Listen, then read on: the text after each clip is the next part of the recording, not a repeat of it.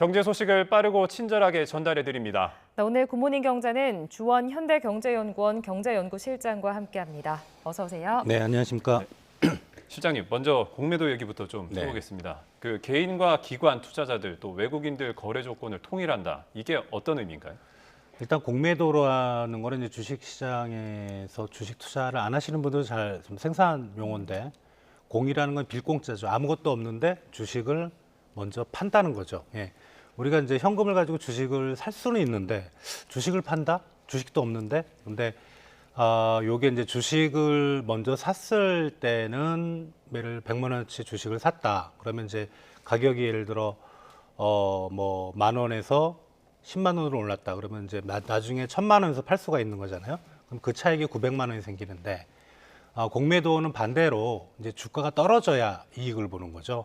아무것도 없지만 어떤 주식을 100만 원어치 팔았을 때 그게 이제 50만 원까지 가격이 만약에 판 가격이 떨어진다면 50만 원의 차익을 볼 수 있는 이제 그런 제도인데, 사실은 요게 이제 우리나라는 크게 활성화는 안 돼 있었어요. 그러니까 외국 같은 경우는 주식이라는 현물 시장에서도 공매도 제도가 상당히 활성화돼 있었는데, 지금 개인들이 공매도 할 때와 기관들이 공매도 할 때의 그 차이를 좀 뒀습니다. 아무래도 기관은 좀 뭐랄까 대규모 자금을 움직이고 안전장치가 있으니까 개인보다는 좀 유리한 조건을 뒀는데, 예를 들면 상환 기간이라는 게 있습니다. 주식을 팔고 무작정 그거를 판 채로 놔둘 수는 없잖아요. 그러니까 개인은 90일, 근데 기관은 기간 제한이 없습니다. 요거를 지금 개선안에서는 똑같이 기관도 90일로 통일하는 거, 그리고 담보 비율은 이제 주식을 팔더라도 자기 현금이 있어야 되겠죠. 현금도 없는데 주식을 팔면 나중에 시장에 엄청난 문제가 생기니까.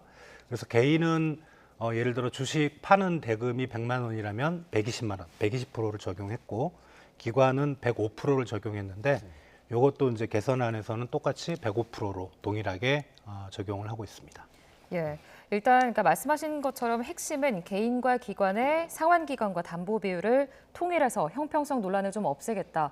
기울어진 운동장을 평평하게 만들겠다, 좀 이런 취지인데, 일각에서는 기관이 개인보다 신용이 높기 때문에 다른 조건을 적용하는 게 당연하다.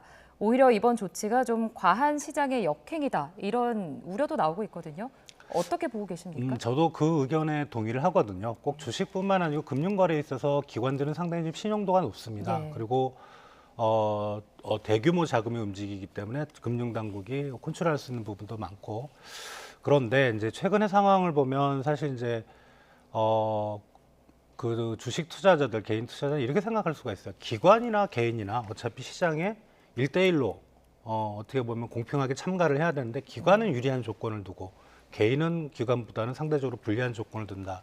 이것도 일리는 좀 있다고 생각이 됩니다. 그래서 지금 사회적으로 뭐 이슈가 됐기 때문에 뭐 이렇게 한번 해보고요. 해보고 부작용이 생길 수 있잖아요. 그러니까 그런 부작용을 감안해서 원래대로 간다든가 할 수 있는 거기 때문에, 일단은 완전한 시장에서의 동일한 불리하지 않은 서로 그런 스탠스를 가지고 한번 경쟁을 시켜보고 어떤 문제가 있는지 한번 우리가 보는 것도 나쁘진 않다고 생각이 됩니다. 그러면 이 대책에서 눈에 띄는 대목이 하나가 있었습니다. 그 무차입 공매도 실시간 차단 시스템을 구축하는 것도 검토를 해보겠다. 네. 이랬는데 그게 실제로 가능할까요? 일단은 이제 그거는 불법이거든요. 예, 걸리면은 이제 제재를 받게 돼 있는데, 전산 시스템이 안 될 이유는 없습니다. 예, 뭐 내부적으로 만약 구축을 하려면 할 수 있는 거고요. 또 꼭 내부적으로라도 안 되더라도 거래소에서도 그것도 가능을 할 수 있는 거거든요. 그래서 시스템을 구축하는 거는 가능을 할 건데, 이게 뭐 또 말씀드리면 불법이거든요. 무차입은. 그거는 해서는 안 되는 건데, 기관들이 하는 거는 문제가 있는 거죠. 그거는 엄격하게 법과 규정에 의해서 처벌받는 게 맞는 거고, 그거를 예방하는 차원에서 한번 생각은 해볼 수는 있겠다. 예, 그 자체가 불법이니까 그 시장을 교란하는 얘기잖아요. 예, 그래서 그런 것들은 한번 우리가 고려는 해볼 수 있겠다고 생각이 됩니다. 자, 정부가 제도 개선 상황에 따라서 공매도 재개 시점을 연장할 수도 있다 이런 가능성을 좀 내비쳤습니다. 일각에서는 외국인 투자자가 떠날 것이다 또는 증시 불확실성이 계속 이어질 것이다 이런 우려가 계속 나오고 있는 상황이에요. 어떻게 전망하십니까? 지금 이제 우리나라가 제가 알기로는 이번에 공매도를 금지한 게 4번째인데 과거 3번 보면 우리가 큰 위기가 닥쳤을 때 이제 공매도를 금지를 했었거든요. 그때는 우리나라만 했었던 게 아니고 뭐 전 세계 모든 나라는 아니지만 몇 개국이 했었는데 이유가 뭐냐면 예를 들어 이제 금융위기 때 초반도 그렇고 코로나 위기 초반도 그렇고 어떤 일이 발생했냐면 예를 들어 이제 뭐 미국의 큰 기관들이 우리나라에 들어와서 주식 투자를 하는데 갑자기 미국의 자산 시장에서 가격이 폭락하는 겁니다. 예. 이게 증거금이라는 게 필요하거든요. 예를 들어 뭐 10%를 가지고 레버리지 효과를 노리는데 주가가 폭락하니까 이 증거금을 메꿔야 되는 겁니다. 메꾸다 보니까 자기 가지고 미국 내에 가지고 있는 돈이 모자르고 그러면 우리나라에 있는 자산을 팔아서 예를 들어 주식을 팔아서 현금을 빨리 보내야 되거든요. 그렇게 되면서 주가가 급락하는 그러니까 실제 어떤 주식시장이나 기업의 가치보다 주가가 더 급락하는 현상이 발생을 했어요. 그러니까 그런 경우는 공매도를 일정 부분 좀 차단해서 그렇게 급락하는 거를 좀 막아야 되겠지만 지금은 우리 지금 주식시장을 보면 좋다고는 말할 수 없지만 그렇게 주가가 막 폭락하거나 이런 상황은 아니거든요. 그리고 지금 공매도를 금지하는 국가는 제가 알기로는 우리나라밖에 없습니다. 예. 이게 해외 기관 투자가나 뭐 밖에서 보는 한국 증시에 대해서 긍정적으로 평가할 수 있는 부분은 절대 아닌 것 같아요. 예, 그리고 이 공매도라는 거를 이제 금지를 하게 되면 어떤 부작용이 발생하냐면 우리 이제 옛날에 뭐 국민주 이런 식으로 주식을 저축의 수단으로 장기 투자로 이렇게 이제 정부가 많이 유도를 하잖아요. 그 말은 뭐냐면 주식을 가지고 몇십 년을 갖는 겁니다. 팔지 않는 거죠. 예. 이게 공매도를 만약에 금지하면 어떤 일이 발생하냐면 주식의 유통 물량이 계속 주는 거죠. 그러면 조그만 이슈가 생기면 주가가 엄청나게 점프를 합니다. 그래서 버블이라고 하는데 근데 버블은 결국 꺼지게 돼 있어요. 그러니까 버블이 꺼지면 사실 주식시장이라는 게 주가가 올라서 돈을 버는 사람들도 있지만 이렇게 주가가 하락할 때 돈을 잃는 사람도 있어야 이게 정확히 밸런스가 맞는 거기 때문에 그러면 오히려 나중에는 주가가 떨어져서 손해보는 사람이 지금보다 더 많아지는 겁니다. 이제 그런 부분을 생각할 때 주식시장의 변동성이 커지는 부분 해외에서 한국 증시에 대해서 선진국 시장은 아니네 이렇게 평가하는 부분에 대해서 이런 부작용도 우리가 좀 생각을 해봐야 될 것 같습니다. 네, 알겠습니다. 이제 좀 물가 얘기도 좀 해볼게요, 실장님. 고물가가 길어지면서 가격은 두고 중량은 줄이는 이 슈링크플레이션 문제가 대두가 되고 있는데 여기에 최근에는 스킨플레이션이라는 용어도 종종 등장하고 있습니다. 어떤 내용인가요? 그 슈링크플레이션은 간단하게 말씀드리면 뭐 그런 사례가 있는지 모르겠지만 가격을 못 올리는 대신 과자 봉지 안에 과자가 10개 있으면 9개로 줄이는 거. 예.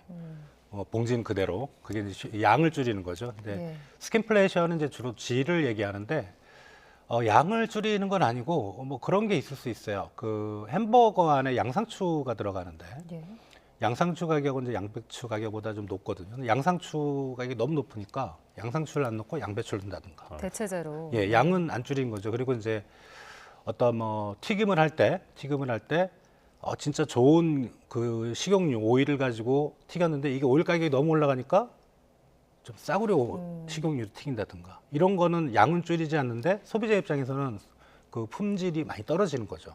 그래서 슈링크플레이션은 우리가 주의를 기울이면 쉽게 좀 알 수 있는 부분이 있는데 이 스킨플레이션은 사실 알기가 어렵습니다. 그렇죠. 그걸 이제 스킨플레이션이라고 합니다. 알겠습니다. 정부가 이 꼼수 인상을 막기 위해서 제품의 양이 바뀔 경우에 별도로 표시하게 하는 방안도 지금 추진하고 있는 것으로 전해졌습니다. 이 부분은 어떻게 보세요?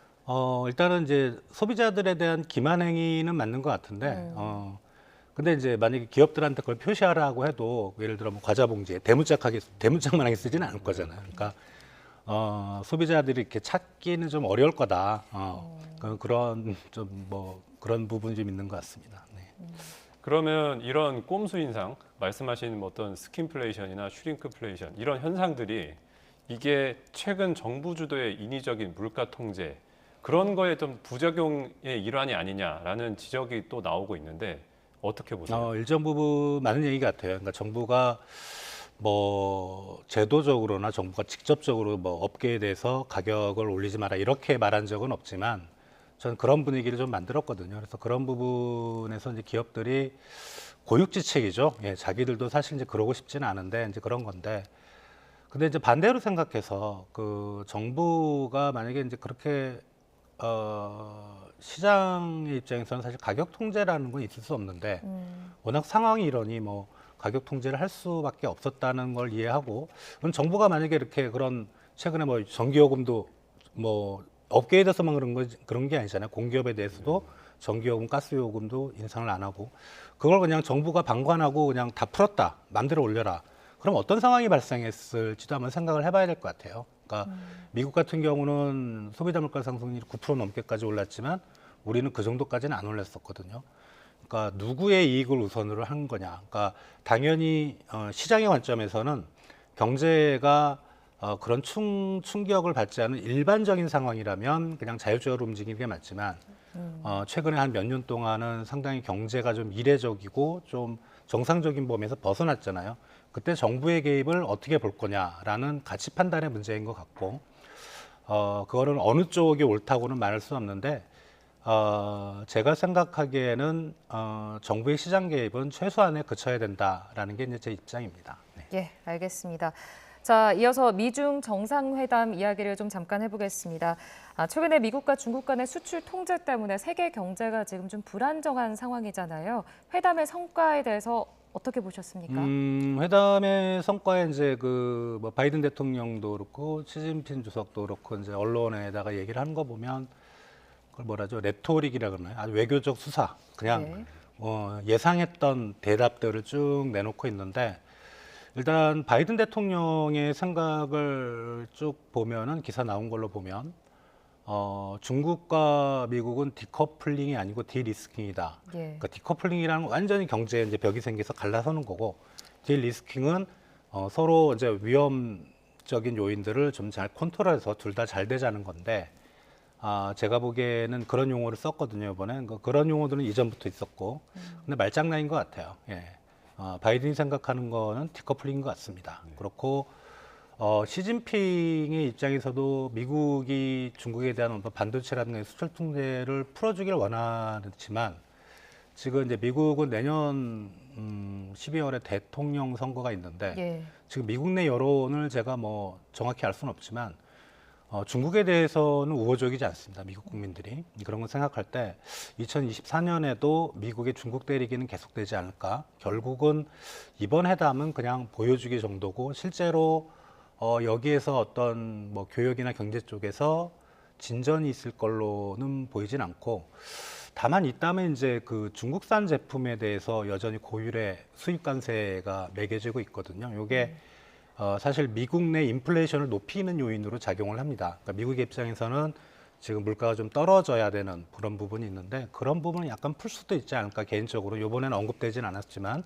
그렇지만 뭐 반도체라든가 이런 신기술 신제품에 대해서 중국에 대해 통제는 강화되면 강화되었지 풀지는 않을 거라 생각이 됩니다.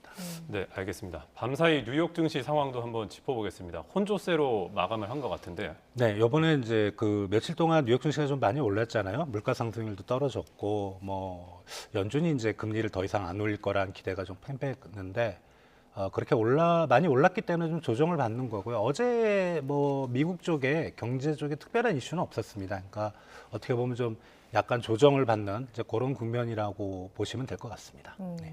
네, 알겠습니다. 오늘 굿모닝 경제는 여기까지 듣겠습니다. 지금까지 주원 현대경제연구원 경제연구실장과 함께했습니다. 오늘 감사합니다. 고맙습니다.